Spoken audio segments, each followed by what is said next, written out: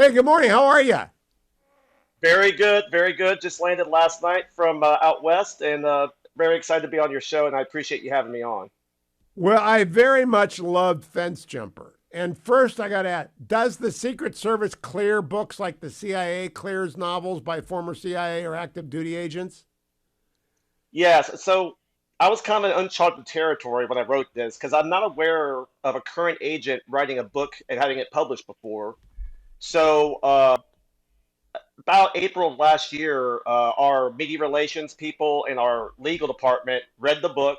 I was very careful when I wrote it not to have anything in there that would be problematic. So they honestly they didn't retract one word. The Secret Service has been pretty supportive, but I've been really open with them about it. But yeah, it's been a fun time and an interesting time. But yes, of course, they take a good look at it because I want to make sure I'm still employed here. So I had to make sure they were happy with it. I go, I'm Unlike not ready to Jimmy. quit to become a.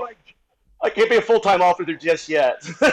Okay, so I am curious, is Jimmy coming back in another novel? Because I like Jimmy and Kat a lot. And I love President From. Gene Sterling, we don't need to see again. But what about that? Is he coming back? Yes, so I'm in the process of writing the next one, tentatively titled Webcam Girl, and it'll be some. I'm going to keep some of the same tone that we had in Fence Jumper is one of my main goals. But yes, James Ford will be back. There'll be some new characters. There might be some characters that you will recognize from, let's say, modern Washington D.C. So some reflection. There's always going to be a little bit of a mirror put on the city. Well, I got to tell you, I am one of those few people, not few people, probably a lot of people, who have been lost under the Whitehurst Freeway and ended up on that dirt road that dead ends at the C&O Canal. I've actually been there within the last 6 months because I'm a lousy driver and I got lost. And when you plotted out an action scene there, I said, I know exactly where this is. Everyone in DC is going to buy this book, Mark. Have you heard people tell you that? Mark, so I'm going to go back to Whitehurst Freeway. We gave up on the tech stuff. How did Yeah. you figure out to plot that? Because I laughed out loud because I've been on that dirt road stretch. Well, yeah. So that was the. It's funny. So obviously, I work in Georgetown a lot, and so I would have these scenes in my head. I would come up with ideas for scenes in my head. I didn't know exactly how I would get there, but I knew I wanted to get there somehow. And like the C&O Canal, you see all the time there, and the Aqueduct Bridge. For anybody that lives in Georgetown, it's a pretty big landmark and noticeable. And so I just pictured what it would be like to send somebody over that bridge. And so, yeah, I worked my way into getting into that chase scene because basically how the book works is, it kind of sets up and stuff, but it becomes really at a certain point, it switches into basically a big chase scene. And so I just really wanted to incorporate that because, once again, I wanted to capture Washington D.C. I Oh, wanted you to. did. I especially love the chase scene where the people are on the scooters and they're Yeah. on the unicycles and they're all on the mall and the tourists are mixing it up. It's hilarious, but it's also very, very intriguing. I got to ask you, though, were you ever on Beto O'Rourke's detail? I was never on Beto Works detail. I know why you're asking though. All right, Um, now, not to slander Mr. O'Rourke, how in the world did you get furries past the Secret Service? well, yeah, the whole furry thing. Yeah, so yeah, I don't know how I got past. I'll be honest with you. When I wrote that, I was going, maybe I'm going too far here, but I was like, I'm not going to hold back. And one of the things I wanted to do in that scene was kind of punch the reader in the face and go, where did this come from? And Exactly. And I know where it came from. Kurt Schlichter was writing about I mean, it's really very funny.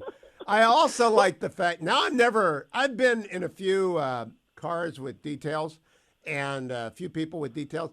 And now I know you guys see everything and you forget nothing. Have you ever had to yeah. go to a movie with a protectee? Oh yes, for Okay, sure. that was wild. I went to a movie with a protectee, and it was wild because he had to leave and get phone calls throughout. And you guys keep moving around the theater. Yeah. It's Yeah, very yeah. So much, yeah, and our guys are probably sitting there going, "God, can you just sit still so we can watch the movie?" yes. so Don't take the call. Don't take the call. Now you must have been on President Trump's detail. Am I right? I was not. So I was on President Obama's detail from '08 to 14 when he was president, and then I was a supervisory agent on Mike Pence's detail when he was vice president for just under 2 years. So, I was at the White House a lot, and a lot of also what I incorporate is not just my personal experience in 20 years as a Secret Service agent. What I also did is I follow just like your audience. I follow politics and I follow what's going on in D.C. And when I wrote Fence Jumper, that's one of the things I was conscious about is to make sure I didn't give away my political leanings. I was trying to play it as much down the middle as possible because obviously we protect Democrats and Republicans. So everybody's a victim. By the way, you have a very arch and accurate eye for the value of victimhood in the United States. Yes. And it is very arch, and it's completely on target, Mark Brandenburg. Stand by.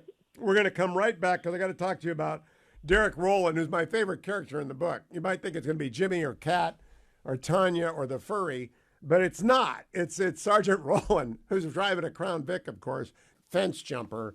It's about a Secret Service agent who gets into some trouble, and then it develops into a D.C. novel of manners.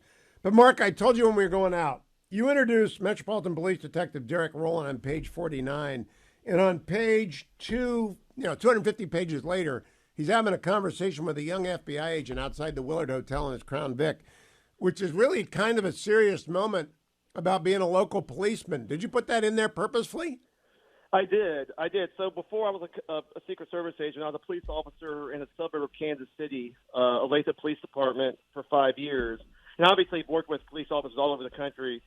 So Derek Rowland, I'm glad you like the character so much because he's one of the most enjoyable characters to write in the entire work. And it just kind of came easy because I had met so many police officers. I know the personalities. He's an aging, Metro cop who's seen it all.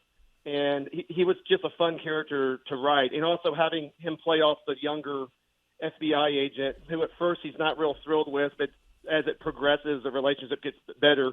And he's also, coincidentally, Derek Rowland is one of my best friends who's still a police officer, Johnny Rowland.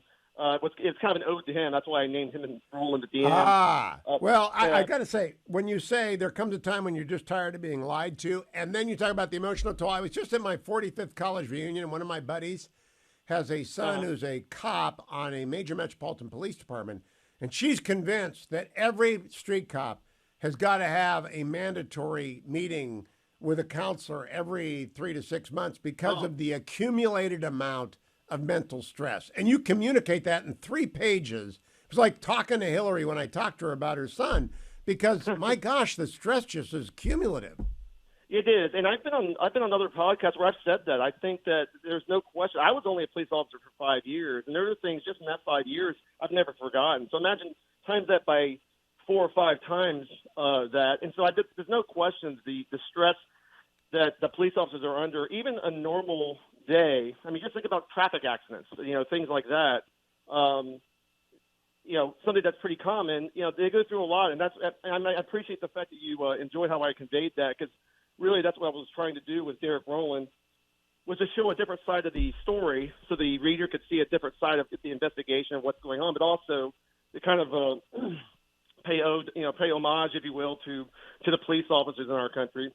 But you also, that's the guy I like. I hate Chet Bateman. It's a very well-drawn character, but Chet Bateman, I know too many Chet Batemans. Yeah, I know too many virtue-signaling climate activists who actually have no idea what they're talking about and are being used as a front for people. So where did he come from? Well, once again, when I wrote it, I wanted to have, I wanted to be both sides. So you have a West Virginia Republican, you have a California Democrat. Well, Chet Bateman was kind of the other side of the coin. Also, he's kind of used as a way to kind of tie some things together. But once again, trying to kind of show and characterize and satirize, frankly, Washington, D.C., I was like, I had to have somebody else in here that can help kind of flesh it out a little bit. And, of course, the climate change stuff in there, because I'm making fun of everything from the media to you know what is achingly funny, Mark, is the receptionist for Joe, the senator, who is going to work at CNN as a producer. And, it's very funny because it's just on the nose, right? Yeah, exactly. Well, I love one of the fun things, too, is also I was describing Capitol Hill staffers. and that's just fun. Like, so basically, all these people that I've been this kind of ecosystem I've been kind of marinating in for 20 years. Just this cathartic thing where I could just kind of like goof on everything. Well, you do. And the funny thing is, I'm part of that world, right? I'm glad you didn't have an aging radio host on, as a character in here. I wouldn't have talked to you, but maybe in the next one. I'm telling you, if anyone has spent any time in D.C., Fence Jumper is funny. When we come back from break, we're going to talk about the scene involving or actually some specifics about fence jumping. When I last worked in the White House in 1986, we did not have this problem, Mark. Yeah. This is a problem of this millennium. Last question for the radio show, and then we'll come back and do the podcast part, is do you believe people are crazier now than they were when you started? Are we doing this after the break? You get the first minute there, because I think people are crazier. I think your job's much harder. I think so too, but I think social media. I think the whole society is still trying to figure out. There's just so much information out there, and we all know the partisan divide has been as bad as it's ever been, and more malicious than it's ever been.